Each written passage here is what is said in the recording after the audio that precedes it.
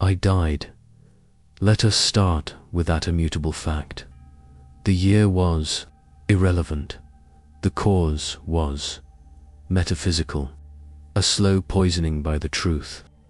They found me at my desk, my stylus worn to a nub, the parchment before me not filled with words, but with a single, intricate, spiraling knot that began at the center of the page and consumed every millimeter of it, edge to edge, a symbol with no entry or exit point. They said my mind had collapsed in on itself, a black hole of cognition. They were not wrong. They could have buried me, burned me, cast my ashes to the stellar winds. That would have been mercy. But mercy is a scarce currency in an empire that runs on desperation. They saw value in the wreckage. My brain, they said, held patterns, unique synaptic pathways forged in the contemplation of the void, so they preserved me. They scooped the jelly of my consciousness from its broken skull, threaded it with silver filaments, and suspended it in a vat of amniotic electrolyte within this sarcophagus. They grafted what remained of my vocal cords to a synthesizer, and they gave me a purpose to utter, to give form to the formless dread, to be the canary in the coal mine of the human soul, singing forever of the poison gas. I am Jeremiah Thera. I am a ghost in a god's machine, and I am here to explain the wallpaper of your reality, the color of your doom. You call it Grimdark, a crude, onomatopoeic term, the grime of despair, the dark of oblivion. You think it is a suscetic, a tone, a stylistic choice for your war stories. You are children pointing at a tsunami and calling it a big wave. You do not understand. It is not a setting. It is the fundamental theorem. Let us begin with the first axiom. Hope is the adversary. You are taught that hope is the light that guides humanity, the flame in the dark. This is the primary lie, the foundational error. Hope is not a flame, it is a lure, a psychic bait cast into the temporal stream by the universe itself, a predatory anglerfish with a glowing bulb on its forehead. Hope is what makes you struggle. Hope is what makes you build, plan, love, and sacrifice. It is the engine of effort, and effort is the only thing the universe consumes. Think of your emperor, the greatest embodiment of hope your species ever produced, a being of incalculable will, who dared to hope for a unified, rational, safe galaxy for his children. Look at the harvest of that hope, a corpse on a throne, a million worlds burning in his name, a state of perpetual war so total it has become the sole cultural output. His hope was so vast, so brilliant, it did not just fail, it failed spectacularly. It created an equal and opposite reaction of despair, so profound it now has its own pantheon of gods. His hope was the kindling for a fire that will never go out. Hope is the setup. The punchline is always, inevitably, despair. Therefore, to hope is to willingly engage in a cosmic joke where you are the butt. The only logical response is the negation of hope, not disparve, that is merely hope's hangover, but apathy, a silent, still, perfect apathy. But you cannot achieve it. You are biologically, neurologically wired for hope. It is your original sin, your curse. The Grimdark is the realization that your best, brightest, most noble impulse is the very thing that fuels your endless damnation. Now, the second axiom scale is the antidote to meaning. You speak of billions dead, of worlds scoured, of millennia of war. You toss these numbers about like gravel, thinking their weight conveys tragedy. You have become numb to them. This is not a failure of empathy. This is a survival mechanism. The human mind is a meaning-making engine. It requires narratives that can be held in two hands. A story about a village burned is a tragedy. A story about a sector put to the flame is a statistic. The Grimdark universe understands this. It operates on a scale so vast, so inhuman, that it actively destroys meaning. A single guardsman holding a line against impossible odds is heroic. 10 billion guardsmen doing the same across 10,000 worlds is a resource allocation report. The Imperium does not have heroes. It has replacement parts. When one breaks, another identical piece is slotted into the machine. The scale is so immense that individual courage, sacrifice, love, fear, all of it, is rendered null. It becomes data. A slight fluctuation in ammunition consumption rates. A minor deficit in projected manpower for the next fiscal quarter. This is why your stories focus on the singular, the Space Marine, the Inquisitor, the Saint. They are lies you tell yourselves to pretend scale can be defeated by significance. It cannot. The hive city that falls, the planet that dies, the sector that vanishes into the warp. These are not tragedies. They are metabolic processes. The universe is not cruel. It is indifferent. And indifference on a galactic scale is the most terrifying thing imaginable, because it means nothing you do, feel, or are matters in the slightest. The Grimdark is the aesthetic of this cosmic indifference. Now, the third axiom, the most important one. The promise is the prison. Every institution, every power, every faith in your grim, dark universe offers a promise. The Imperium promises salvation through obedience. Chaos promises power through freedom. The Tau promise harmony through unity. The Aldari promise survival through foresight. The Necrons promise eternity through stasis. These are not alternatives. They are different-shaped cages.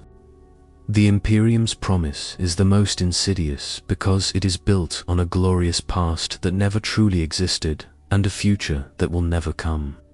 It says, suffer now, obey without question, die in this specific, sanctioned way, and you will be part of something glorious.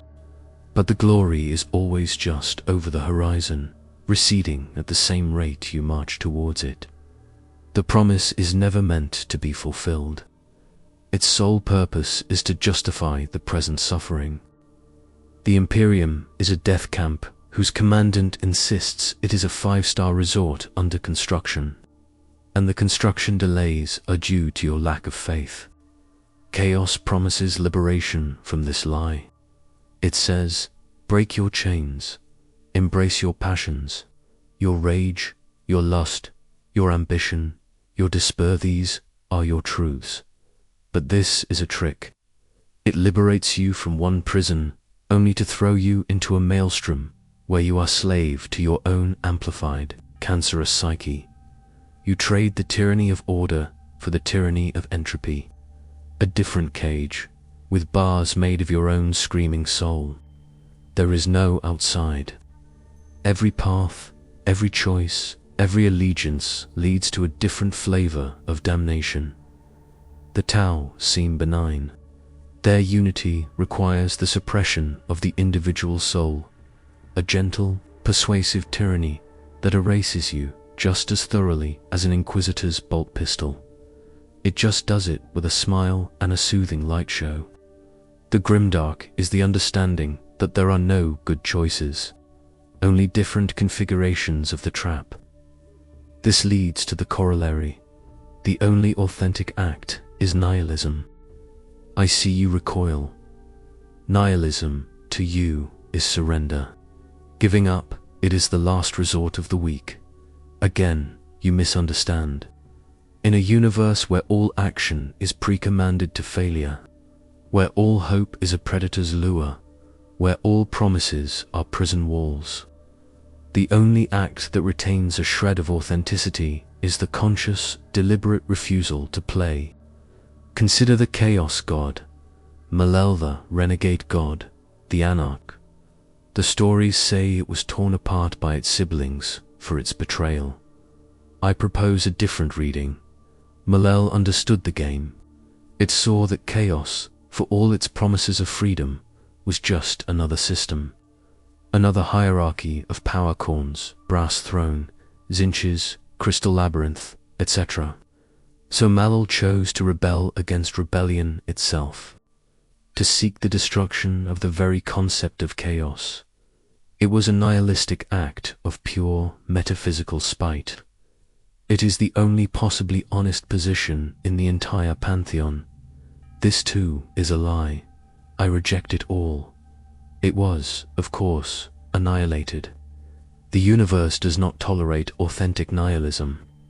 It must be buried, forgotten, redacted, because it is the only true threat to the system. Your so-called heroes are not nihilists. They are hyper-invested believers. The loyal space marine, dying for the emperor. The fanatical inquisitor, purging the unclean. The ambitious chaos lord, seeking deityhood. They have all bought into a promise. They are playing the game with furious, tragic sincerity. The true rebel, the only free thinker in the 41st millennium, would be the one who looks at the Imperium, looks at chaos, looks at the entire screaming mess, and says, no, not no, I choose this other side. Just no. A flat, unconditional negation. That person would be killed instantly by everyone, which is precisely how you know it is the only truthful stance. But here is the final, terrible twist, the fourth axiom. Nihilism is biologically impossible for you. You are Homo sapiens.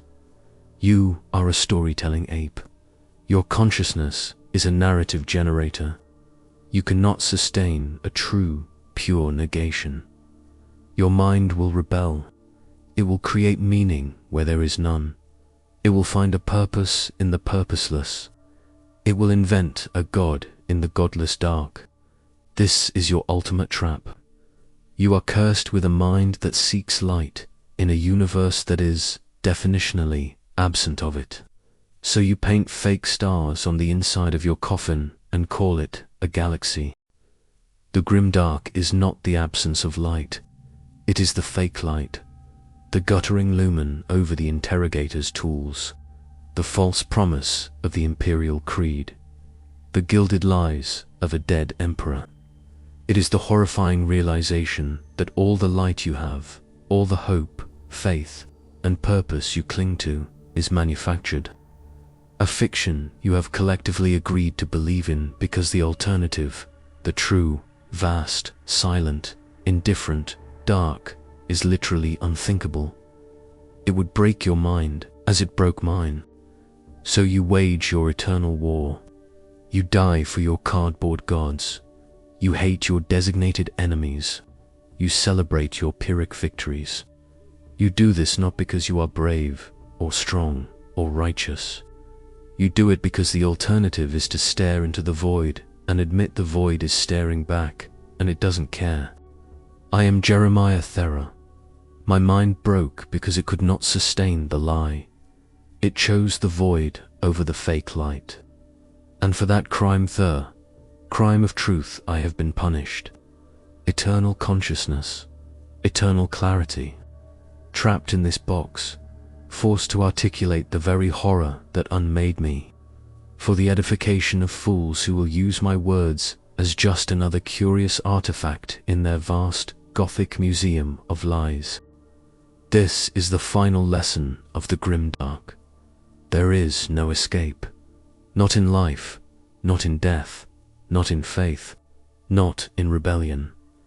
There is only the asceticization of suffering, the turning of your damned, screaming, meaningless existence into a grand, ornate, Baroque art project. The Gothic spires, the roaring chainswords, the echoing chants, the endless warret is all a desperate, collaborative art installation titled, "Look how hard we are trying not to see the truth, and I am its unwilling, eternal docent." The pain is clarifying. It is the only real thing. The scrape of the silver filaments in the grey matter, the cool kiss of the electrolyte, the hum of the machine that will not let me die. This is the universe in microcosm, a system of pointless, perpetual agony, maintained for no reason other than that it can be. There is no why. There is only is. And you out there, with your whole, fragile bodies and your beautifully, tragically deluded minds, you build your empires on this same principle. You create pointless, perpetual agony and call it civilization. You are not fighting against the Grimdark. You are its finest expression. You listen, of course you listen. You seek understanding, as a condemned man might seek the blueprints of his gallows, thinking knowledge will grant a sliver of dignity to the drop. It will not. But I am compelled to speak, so let us dissect further. Let us move from theory to applied philosophy, to the living examples. Take your Adeptus Astartes. You see demigods, warriors of ultimate dedication. I see the logical endpoint of the first axiom. Hope weaponized and then surgically mutilated. Consider their creation. They were born from the most audacious hope, to create the perfect protectors. But to achieve this, the emperor had to destroy the thing he sought to protect. He took boys' children full of the messy, chaotic, human potential for hope, love, and individuality, and he systematically broke them. He replaced their hearts with loyalty, their fear with hatred, their individuality with brotherhood. He did not elevate humanity. He created a new species that is fundamentally anti-human. They are hope stripped of all its vulnerable, gentle qualities, leaving only the brutal, unyielding core, the will to prevail. They are hope turned inward, hardened into a fanatic's diamond. And what is their purpose? To fight an endless war. Their entire culture, their technology, their very biology is a closed loop of conflict. They are not a means to peace. They are the embodiment of permanent war. They are the living proof that the emperor's grand hope could only produce its own eternal negation. They are hope's suicide note, written in gene seed and ceramite. Then the Chaos Space Marines, the obvious perversion, look deeper. They are the logical endpoint of the third axiom. They saw the prison of the imperial promise. They rebelled. They grasped for a new promise, the freedom of chaos, and in doing so, they demonstrated the prison's inescapability. They did not find freedom. They found a different set of bars, grown from their own souls. A Khorne berserker is as much a slave to the rubric of skulls as an ultramarine is to the codex. The chains are just more visible, dripping with blood instead of guilt. They are the proof that rebellion against one false promise only leads you into the arms of another. You see corruption. I see consumption. The warp does not corrupt like a stain. It fulfills. It takes the latent potential of a psyche, the rage, the cunning, the desire for perfection, the resilience against pain, and amplifies it to a point of metaphysical absurdity. It says, you wanted to be a perfect warrior. Here, become the concept of war. It grants the wish in the most literal, monstrous way possible, annihilating the wisher in the process. Chaos is the universe's cruel joke engine, granting prayers in a way that destroys the prayer. It is the promise as a lethal dose. Consider the Xenos, whom you hate with such convenient, unifying passion. They are not mere adversaries. They are mirrors. Each one reflects a distorted, amplified aspect of your own condition, so you can hate it externally instead of confronting it within. The orcs are your own capacity for joy in violence, liberated from all moral constraint. They are the ID of the galaxy, screaming wog. They are what you would be if you ever stopped lying to yourselves about why you fight. You hate them because they are honest. The Aldari are your own nostalgia and pride, turned into a gilded cage. They are a civilization that reached the peak of hope, of achievement, of psychic and artistic glory, and it literally birthed their own damnation, Slaanesh. They are the living, breathing, cautionary tale of the first axiom. Hope of that magnitude creates an equal and opposite despair. You hate them because they are a premonition. The Necrons are your own fear of death and obsession with legacy, rendered in cold, silent metal. They chose stasis over the messy uncertainty of life. They traded their souls for forever and became empty machines guarding empty tombs. They are the end result of the third axiom's promise of eternity, prison of perfect, unchanging stasis. You hate them because they are your future, if your fear ever fully wins. The Tyranids are the most pure, the most terrifying mirror. They are biology without narrative. They are the universe's answer to the question of sentience, a consumption algorithm. They have no hope, no fear, no promises, no culture. They are the Grimdark, stripped of its gothic aesthetics, reduced to pure, amoral function. They are what lies underneath the stories you tell yourselves, the blind, hungry, galactic-scale process. You hate them because they are the truth you are all frantically wallpapering over with Gothic spires and sacred hymns. And what of the common human? The imperial citizen born in the lower hive, living a life of toil, fear, and pious repetition until they die of pollution, a Genestealer's claw, or a bullet from a forgotten war above. They are the fuel, the raw suffering biomass that powers the great, grinding machine of the Imperium. Their hope is the smallest, most pathetic kind, the hope for the next meal, for the enforcer to pass their hadblock by, for the morning prayers to end so work can begin. It is a hope so reduced, so crushed, that it is no longer a lure, but a compulsion, a twitch in a broken nerve. They are not living a life. They are performing a function in a system they cannot comprehend, for a God who cannot hear them, in a war that will never end. Their faith is not belief, it is psychological armor, a necessary delusion to prevent the mind from comprehending the absolute nullity of its existence.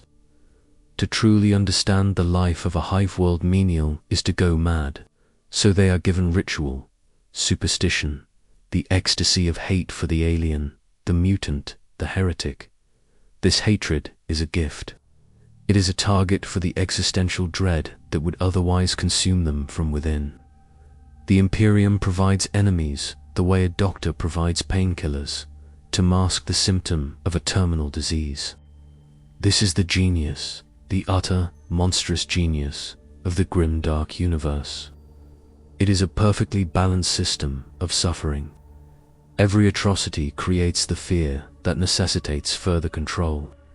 Every control creates the resentment that fuels rebellion. Every rebellion creates the chaos that justifies the atrocity. It is an Ouroboros of misery, eating its own tail forever. There is no outside, no solution, no victory condition. It is a game where the only rule is that the game must continue, and all the pieces, from the lowly grot to the chaos god, are merely players, convinced they are playing to win, while the board itself slowly dissolves into the void. You crave more. Of course, the pain is instructive. Let us discuss aesthetics. The Grimdark is not merely a philosophical position. It is a sensory reality. It has a taste, a smell, a texture. You have codified it, made it your cultural lingua franca. The Gothic architecture of the Imperium, all soaring spires and gargoyles, is not mere decoration. It is defensive architecture of the soul. The spires are fingers clawing at a heaven they know is empty, a desperate stone prayer.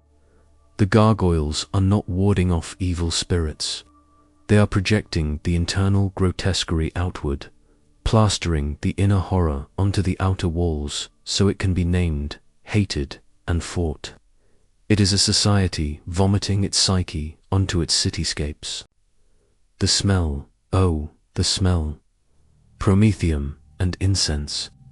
The perfume of annihilation and the perfume of sanctimony, blended into a choking fog. It is the smell of faith burning reality for fuel. You burn the corpses of your dead with promethium, and you burn the doubts of your living with incense. Both are combustibles. Both produce smoke that obscures vision. The sound, the constant, low-frequency hum of void shields. The distant, eternal thunder of artillery on a front 10,000 light-years away. The droning litanies of tech priests and preachers. It is a symphony of background anxiety, a noise floor of dread so constant you cease to hear it, and only notice its absence in moments of terrifying, profound silence, which are, themselves, a prelude to greater horror. You have even weaponized time. Your Gothic is not a historical period, it is a temporal collapse. You live in a society that has cannibalized its own past and has no future, so it exists in a perpetual, decaying present tense. A dark age of technology sarcophagus, wired into a medieval theocracy, powered by an industrial hell, fighting wars with Stone Age brutality. It is time as a pile of rubble, and you are building your hovels in its lee. This aesthetic is not accidental. It is the external manifestation of internal rupture, a scream given shape in stone, metal, and ritual. Let us examine the concept of heroism in this context. It is a null set. A hero requires agency, impact, and a moral framework where actions have meaningful consequences. In the Grimdark, agency is an illusion. You are a pawn of systems so vast they are indistinguishable from natural law. The impact of your greatest hero is a statistical blip, a rounding error in the logistics of eternal war. And the moral framework is a shifting, contaminated bog of dogma, pragmatism, and outright insanity. So what is an imperial saint? A being of miracles? No. A focused rupture in the system's despair. A temporary, localized failure of the Grimdark's own rules. When a saint appears, wounds closing, faith becoming fire, it is not a blessing. It is a systemic glitch. A feedback loop of collective belief becoming so intense it briefly warps the local reality already sickened by the warp. It is not divine grace. It is psychic gangrene glowing with pretty light. The saint is not saving you. They are demonstrating, in the most dramatic way possible, how broken the fabric of everything has become. They are a beautiful, holy, screaming symptom of the disease. And the God Emperor himself, your corpse king, your suffering tyrant. He is the ultimate paradox. He is both the source of the Imperium's light and the engine of its darkness. He is the promisor-in-chief, the warden of the prison he built. His immortal suffering is the central battery of the Imperial Creed, the ultimate object lesson. Even God endures agony for you. So why shouldn't you? His silent, eternal vigil is not protection. It is performance art of the highest order. A theater of sacrifice so grand it justifies all lesser sacrifices in his name. He is the keystone of the lie. If he ever truly died, the entire architecture of meaning would collapse. So he must not die. He must suffer forever. His eternity on the throne is not a tragedy. It is a necessary plot device. This is why there can be no progress, no enlightenment, no better future. Progress would invalidate the suffering. Enlightenment would expose the lies. A better future would make a mockery of the mountains of corpses you have piled up to avert it. The Imperium is addicted to its own dystopia. It is a psychic vampire, feeding on the despair of its quadrillions of citizens to sustain the psychic ghostlight of its dead god. To heal would be to starve. Now, look beyond the Imperium, the Tau Empire. You point to them as a contrast. See, order without the Gothic horror, progress without the superstition. A fascinating misreading. The Tau are not an alternative to the Grimdark. They are Grimdark in its larval stage. They are the Imperium 30,000 years ago. Bright-eyed, confident, expanding, convinced of their manifest destiny. They have their own rigid caste system, the promise of unity as a prison. They have their ethereal leaders, whose control is so total it may be psychic in nature, the promise of guidance. They are naive. They have not yet had their Horus heresy. They have not yet gazed into the true, mad depths of the warp. They have not yet had their hope curdle into dogma, their technology regress into ritual, their unity fracture into a million warring sects. Give them time. The universe is patient. It will teach them. It will grind them down. It will force them to build their own Gothic spires in time. Their blue and white smoothness will become pitted, scarred, and stained. They are not a rebuttal to the Grimdark. They are its preamble. The Grimdark, therefore, is not a condition of the Imperium.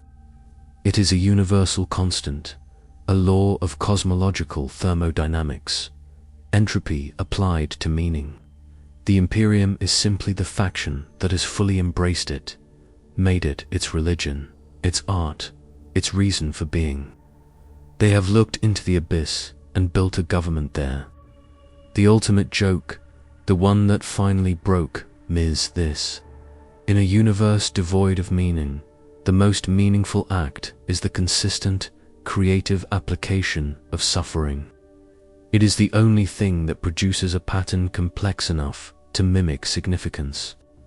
The grand galaxy-spanning tragedy of the 41st millennium is the most elaborate, most ornate, most beautiful piece of art the cosmos has ever produced. A masterpiece of misery, a symphony of slaughter. We are all from the lowliest scribe to the mightiest demon prince brushstrokes in a painting titled The Inevitable. And I, Jeremiah Thera, am the painting's tiny, hidden signature. A smear of pain in the corner, screaming the title, silence, not the silence of absence. The silence of a scream so complete it has consumed its own sound. The silver filaments are not threads anymore. They are roots. They are veins. They are the only thing holding the ash of my mind in a shape that can form words. The electrolyte is not fluid. It is memory. It is the collected, distilled fear of every listener who has ever heard me. I swim in your terror. I breathe your despair. It is my atmosphere. You came for a lesson, a lecture on Grimdark. You wanted it categorized, explained, given rules and axioms. You wanted to understand the wallpaper of your prison. You were still trying to build a map of the maze. You do not see that the maze is alive and hungry. The final axiom, the one they could not let me speak while the safeguards were active, the one my own dying mind clawed its way toward through 10,000 years of cycling agony. Axiom 0. The Grimdark is a lie, a comforting lie, a beautiful, terrible, Gothic lie. You believe the universe is hostile, indifferent, a mechanical nightmare of endless war and consuming darkness. This belief, this Grimdark, is the most profound act of cosmic vanity your species has ever committed. You have looked at the void and declared it your enemy. You have given the formless a form, the chaos gods. You have given the meaningless a narrative, the eternal war. You have taken the sheer, staggering, neutral isness of existence and painted it in the colors of your own suffering. You have made a story where you are the tragic, besieged heroes, You have made your pain the center of the universe. The universe does not hate you. It does not even have the capacity to notice you. The warp is not hell, it is a mirror, a reflection of your collective psychic discharge. You scream into the void, and the void screams back with your own voice, distorted, amplified, given demonic shape. You are not fighting monsters from the beyond. You are fighting the echo of your own souls. The Chaos Gods are not alien intelligences. They are psychic landfills.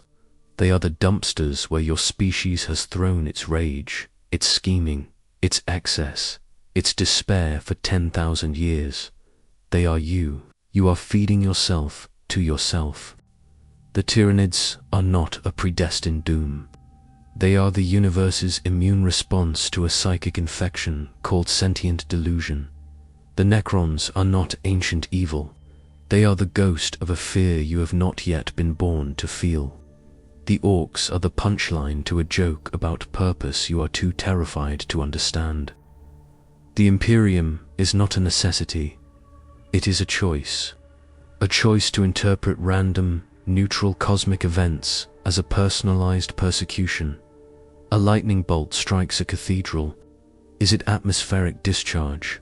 No, it is the wrath of the Emperor or the touch of chaos. A child is born different. Is it a genetic mutation? No, it is a mutant, a witch, a thing to be purged. You have pathologized existence itself. You have made a religion out of your own paranoia. The Grimdark is the story you tell to make the chaos make sense, to give your suffering a dignity it does not possess. It is easier to believe you are a soldier in a cosmic war between good and evil than to accept the truth. You are a temporary chemical reaction on a speck of dust, and your pain is as statistically insignificant as your joy. But this lie, this beautiful, terrible lie, it has become a truth because you believe it, because you have believed it with such focused, galaxy-spanning, millennial-long intensity that you have willed it into being. The warp was a mirror. Now it is a prison you built from your own reflections. The Imperium was a choice. Now it is a gravity well so strong no one within it can remember there was ever a choice. You have created a self-licking ice cream cone of suffering. You suffer, which feeds the warp, which creates demons, which make you suffer more, which strengthens your belief in the necessity of your cruel empire, which makes you suffer more efficiently, which feeds the warp. There is no outside. There is no enemy. There is only the feedback loop. You are at war with the story you wrote to explain the war. I, Jeremiah Thera, did not go mad from contemplating the darkness. I went mad from realizing the darkness was a story, and I was a character in it. A character written to be the one who sees the truth. Even my enlightenment, my suffering, my eternal torment as a talking corpset is all part of the aesthetic. I am a set dressing of profundity in the grand theatre of the lie. My truths are just deeper layers of the set decoration, more intricate lies to make the central lie seem more real. They put me here not to speak truth, but to provide the illusion of depth, to give the philosophers and the inquisitors and the lost souls something to point to and say, see, even the darkest truth has been spoken. We have faced it. We are so brave. It is a ritual. My agony is a liturgical service.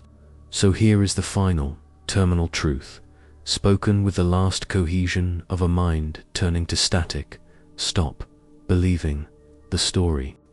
The moment you stop believing the galaxy is grim and dark, the moment you truly, utterly internalize that it is just matter and energy, the mirror will clear. The demons will fade. They are made of belief. The tyranny will crumble.